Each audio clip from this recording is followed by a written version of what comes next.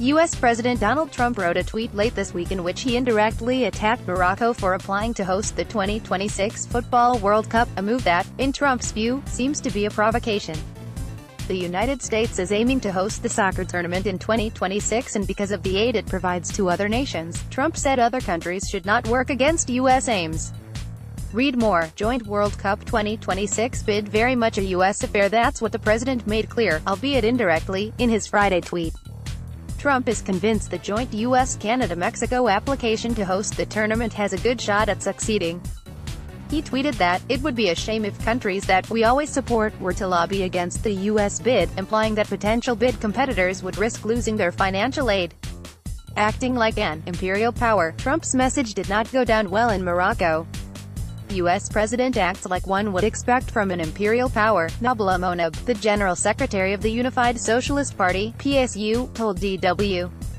"We've been observing this behavior in all relationships between the U.S. and countries of the Global South. Trump is well versed in the language of intimidation and threats, but we Moroccans should no be concerned by the logic of the jungle," Monab said, insisting that every country is entitled to make a bid.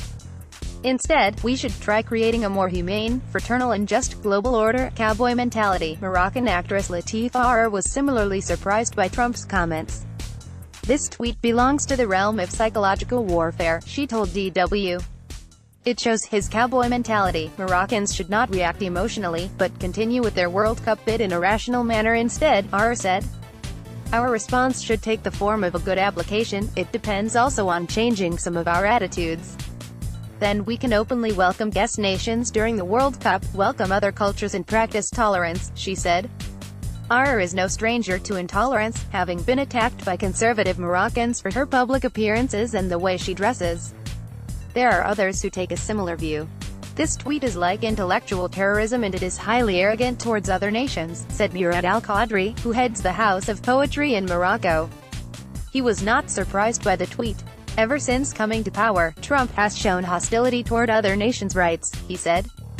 "Trump is known more for the time he spends on the golf links than the soccer pitch." Read more. Germany rules out Russia World Cup boycott over nerve agent attack. Critics take to social media. Many Moroccans commented on Trump's tweet on social media, with one suspecting that the message shows the U.S. president is secretly concerned about Morocco's power. Another theorized that Trump was scared for the country. Other social media users, in turn, thought Trump's tweet would ultimately help Morocco's World Cup bid as other countries sympathize with being the target of Trump's statements. Some said the president's comment reminded them of when Trump allegedly spoke of the shithole countries in Africa in January, a comment which provoked widespread condemnation.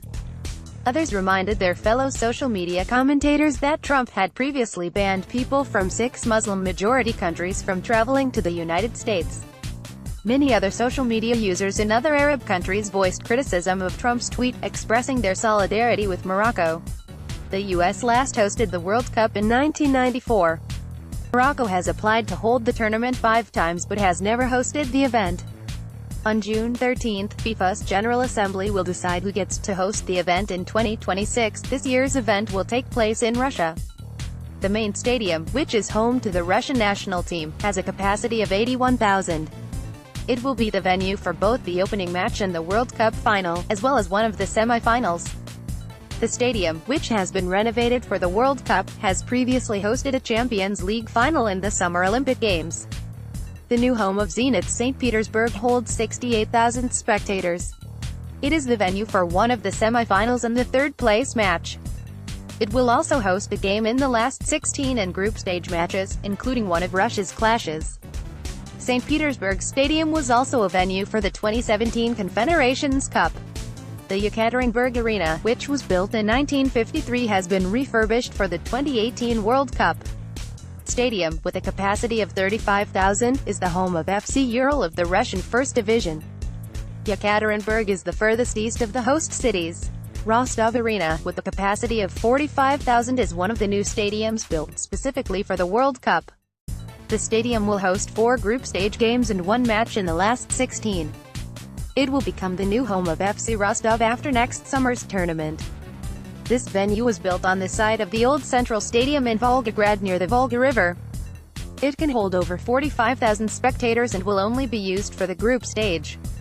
After the World Cup, it will become the home of Rotor Volgograd, a club currently playing in Russia's second division. Volgograd used to be known as Stalingrad. This 45,000-capacity stadium was built specifically for the World Cup. It will host 4 group stage games as well as a round of 16 match and a quarterfinal. After the tournament, it is expected to become the home ground of Olympiac's Nizhny Novgorod of the Russian second division, although in March 2017, then regional governor Valery Shantsev said it would also be used for other sporting events. This is the only World Cup venue in an exclave of Russia. Kaliningrad is a territory between Poland and Lithuania. The 35,000-capacity stadium was built specifically for the World Cup and will be downsized after the tournament. It is only a venue for the group stage and will become the new home of Baltika Kaliningrad, a club in Russia's second division. German architect Tim Hute designed this brand-new bowl stadium for the World Cup. The stadium has a capacity of 44,000 and will only host matches in the group stage. After the tournament, the upper seating will be dismantled and the stadium will be handed over to third-tier Russian side Mordovia Saransk. This 44,000-capacity stadium was built for the World Cup on an island south of Samara where no settlements or infrastructure previously existed. This is where hosts Russia will play their final group game. A last 16 match and a quarterfinal will also be played in the stadium, which is to become the home of Krylia Sovetov, currently in the Russian second division, after the tournament. Though it was used for the Confederations Cup, the Spartak Stadium, with a capacity of 45,000, will only be used for 4 group stage games and 1 first knockout stage game. The arena was reopened in 2014 and is the home of Spartak Moscow. One of the most well-known clubs in Russia, Spartak had to wait many years for their own stadium. A venue for the Confederations Cup, Kazan Arena will be used for a last 16 game, a quarterfinal and 4 group stage games. The capacity of the stadium is 41,585.